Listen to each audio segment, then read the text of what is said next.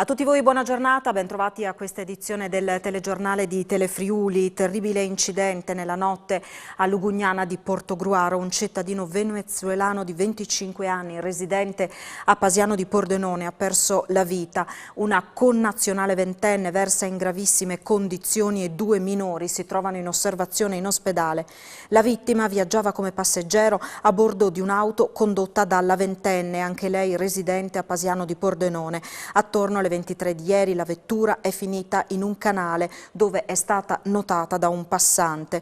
Oltre alla donna sono ricoverati in ospedale il suo bambino di 1 anno e mezzo, accolto a Treviso, e una ragazza di 14 anni che si trova all'ospedale di Portogruaro. Nessuno dei 2 minori sarebbe fortunatamente in pericolo di vita.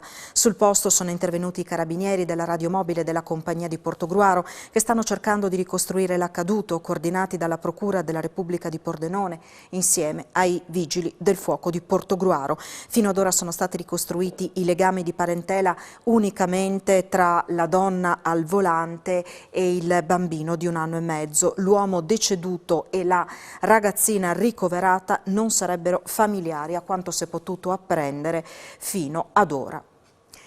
Tragedia della strada nella notte anche a Cernieu di Nimis. Intorno all'1 un automobilista di passaggio ha notato una moto a terra e poco distante il corpo di un ragazzo. Si tratta di un 27enne di Adegliacco di Tavagnacco, Pietro Rossi, che dopo aver perso il controllo della 2 ruote è andato a finire contro il palo in cemento di una vigna, morendo all'istante. Inutili purtroppo i soccorsi prestati dal personale medico inviato dalla Sores.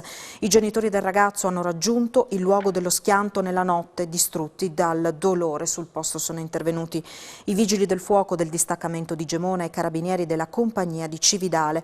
Resta da chiarire a che ora il giovane abbia perso il controllo della moto. L'incidente, che non ha coinvolto altri mezzi, si è verificato all'altezza di una curva. Era una vera e propria lavatrice di denaro sporco. Questo è il compito svolto da una regolare sala slot presente nel Manzanese, utilizzata però per riciclare ingenti somme sottratte al fisco da reinvestire nel settore del legno arredo. 11 gli indagati, tutti di nazionalità cinese. Utilizzavano una sala slot del Manzanese per riciclare denaro sporco da reinvestire nel mercato, acquistando altre attività in regione, in Italia o all'estero. Per questo motivo 11 cittadini cinesi sono stati iscritti nel registro degli indagati per riciclaggio, autoriciclaggio, abusiva attività finanziaria e altri reati tributari, a fronte dei quali l'autorità giudiziaria di Udine ha disposto un sequestro preventivo di oltre 2 milioni di euro, vincolando beni e conti correnti per 650.000 euro. L'operazione Game Over, condotta dalla Guardia di Finanza di Udine, ha scardinato un complesso meccanismo di evasione, al centro del quale c'era il titolare di una sala slot di Manzano, dallo stesso acquistata e gestita attraverso un prestanome. A seguito di numerose operazioni finanziarie sospette segnalate dalla Banca d'Italia, il nucleo speciale di polizia valutaria delle Fiamme Gialle si è concentrato fin da subito sul gestore di una sala slot del Manzanese, amministratore delegato anche di diversi laboratori di tappezzeria del Triangolo della Sedia. Attraverso una regolare licenza per gioco e scommesse si è scoperto che l'uomo riciclava denaro a diversi connazionali, titolari di altre imprese della provincia di Udine, tutte operanti nel settore del legno arredo. Grazie all'installazione di videocamere occulte sono state registrate almeno 11 consegne di denaro non ricollegabili all'attività autorizzata, per un controvalore complessivo di circa 125.000 euro. Dalle indagini, infine, è risultato che le imposte evase dalle molteplici attività gestite dall'uomo, oltre 2 milioni di euro, venivano sia investite in nuove attività d'affari, sia utilizzate per concedere prestiti, svolgendo un'abusiva attività di intermediazione finanziaria. Il questore di Pordenone, Marco Odorisio, ha disposto il collocamento nel CPR di Gradisca di Sonzo in attesa di un definitivo allontanamento dal territorio nazionale per un uomo di 31 anni, cittadino pakistano, già condannato per stupefacenti, rapina e lesioni. L'uomo era stato fermato ieri in città dalla squadra volante. A suo carico sono state riscontrate 2 condanne definitive e una emessa dalla Corte d'Appello di Trieste in materia di detenzione e spaccio di stupefacenti a 3 anni e 8 mesi, nonché una precedente per rapina e lesioni emessa dal GIP del Tribunale di Verona nel settembre 2017. Nella nostra regione un over 60 su 5 non è protetto dal Covid. Siamo tra le 4 peggiori regioni in Italia. La campagna vaccinale frena in Friuli Venezia Giulia emerge dal monitoraggio della Fondazione Gimbe, dove si manifesta anche preoccupazione per gli effetti in Italia della variante Delta.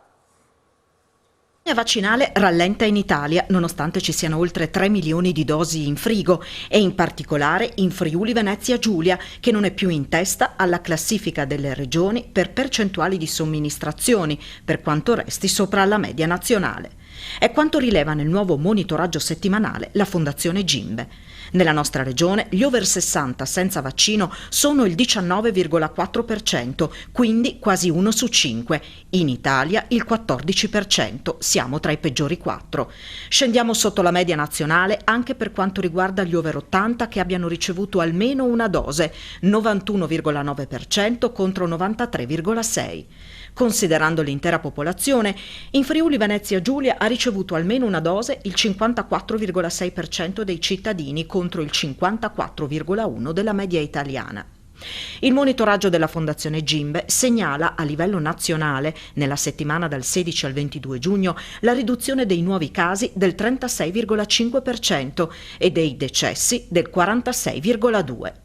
Nella nostra regione i nuovi contagi sono diminuiti del 29,4%. Quanto alla variante Delta, si sottolinea che è del 40-60% più contagiosa di quella alfa, l'inglese, e determinerà il 70% delle nuove infezioni entro l'inizio di agosto e il 90% entro la fine. Il presidente della Fondazione Gimbe, Nino Cartabellotta, si dice preoccupato per gli effetti di questa variante in Italia, ricordando che poco più di una persona su 4 ha una copertura adeguata, avendo completato il ciclo vaccinale, mentre il 26,5% della popolazione ha ricevuto solo una dose e il 46% è totalmente privo di copertura. Secondo Cartabellotta è inaccettabile una gestione attendista della variante Delta, contro la quale serve potenziare sequenziamento e contact tracing, attuare strategie di screening per chi arriva dall'estero ed accelerare la somministrazione della seconda dose negli over 60 e nei fragili.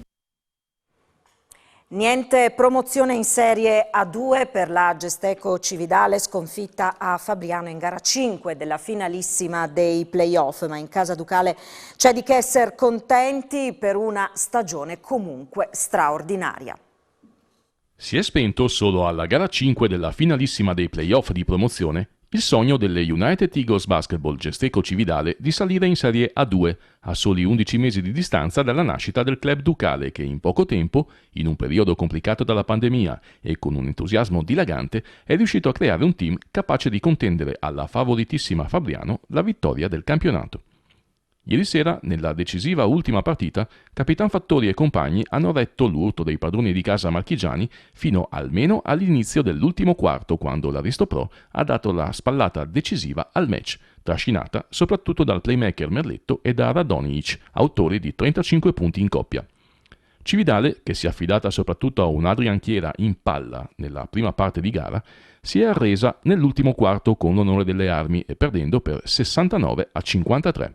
Con Fabriano sono salite in Serie A2 anche Chiusi, Piacenza e Nardò. Le United Eagles Basketball Gesteco Cividale si ritroveranno sabato sera al Palasport Ducale per festeggiare con i propri tifosi una stagione in ogni caso entusiasmante. Sarà inaugurata alle 15 di oggi Mittel Young, omaggio ai giovani di Mittelfest. Gli organizzatori del festival lanciano un forte messaggio rivolto in particolare agli amministratori locali. Con la cultura si fa economia. Mittelfest riparte dai giovani. Da questo pomeriggio e fino a domenica 27 giugno andrà in scena Mittel Young, iniziativa dedicata ai giovani artisti under 30. Saranno proposti 9 spettacoli, 3 per ognuno dei settori teatro, musica e danza, selezionati attraverso un bando che si è concluso con 162 proposte giunte alla segreteria del festival. È un grandissimo appuntamento, siamo molto emozionati. Abbiamo a Cividale 9 gruppi, diciamo, teatrali, danza, musica, che sono stati scelti su 163 gruppi che sono arrivati da 25 paesi d'Europa.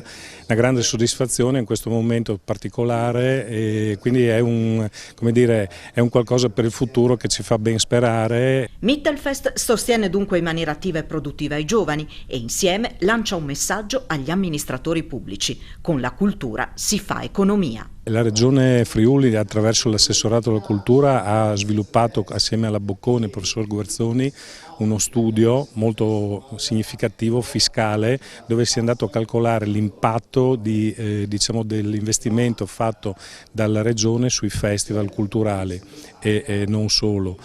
Sono stati analizzati 10 festival, questo è parte chiaramente di un primo tranche di lavoro, e questo ha evidenziato che per ogni euro investito sul territorio c'è un ritorno da 3 a 9 euro. Nel caso Mittelfest noi siamo nella parte alta della forchetta, chiaramente in tempi normali, senza Covid, e questo sicuramente è un dato importante. Questo strumento credo sia uno strumento che servirà molto soprattutto agli amministratori pubblici per delineare che con la cultura si fa economia, ed è anche il messaggio che come Mittelfest stiamo portando avanti, diciamo, dal punto di vista operativo col territorio, cercando appunto di creare economia attraverso la cultura. Sono terminati a Cividale i lavori di ristrutturazione di Piazza Garibaldi con la posa di 3 statue di Giorgio Benedetti rappresentanti l'anima longobarda della città sul Natisone. E così la settimana dedicata al decennale della città di Cividale tra i siti patrimonio dell'umanità, con l'inaugurazione ufficiale delle statue donate da Giorgio Benedetti proprio ai cividalesi.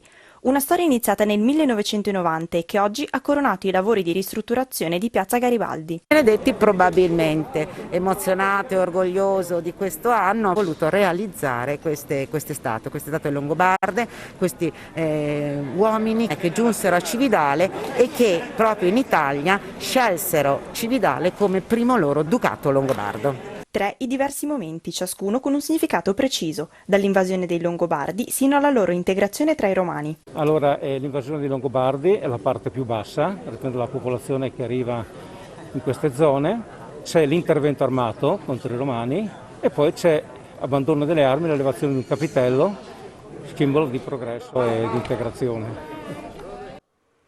Termina qui questa edizione del nostro telegiornale, tra pochissimo l'appuntamento con A voi la linea. Buon proseguimento di giornata, arrivederci.